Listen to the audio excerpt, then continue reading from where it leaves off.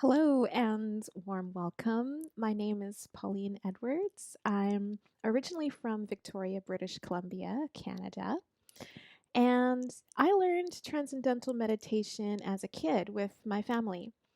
So I've been practicing for 28 years now, and that's what got me interested in consciousness.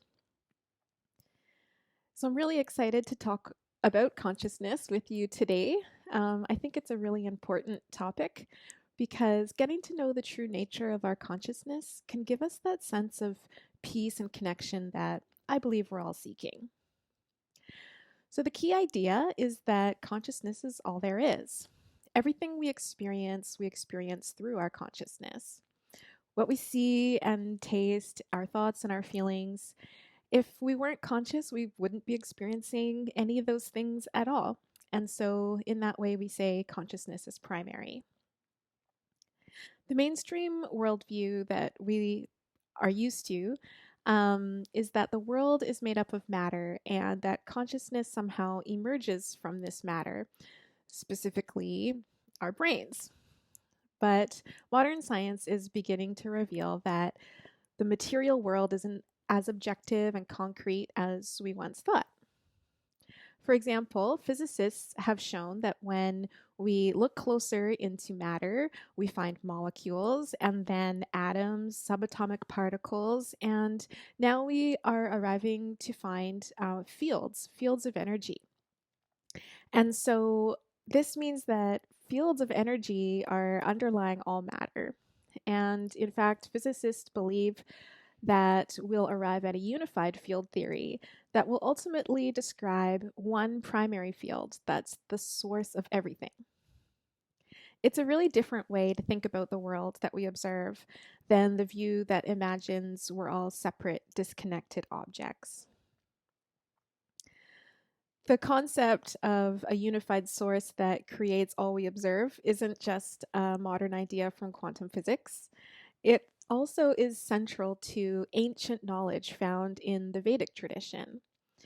And this knowledge was revived and brought to us by Maharishi Mahesh Yogi and further elaborated on by Dr. Tony Nader, who both compare consciousness to an unbounded ocean of potential.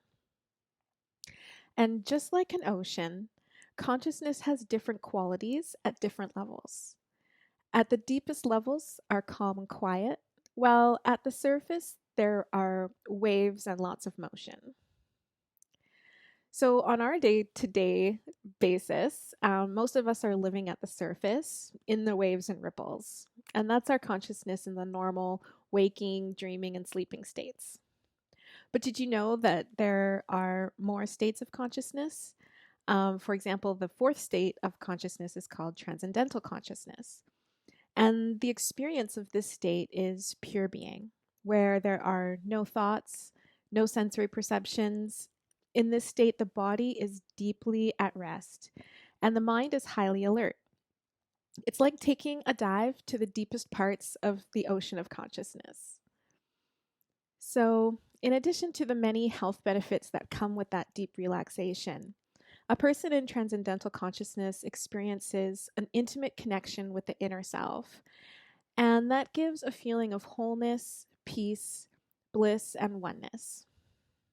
Speaking for myself, I'm so grateful that I have this technique to help manage my stress and to know that wherever I go, I can access peace, calm, and inner bliss. Ultimately, as more people tap into this ever available source of peace and oneness, the more society will come to appreciate that we're all deeply connected. And this will lead to a more peaceful life on the individual and collective level.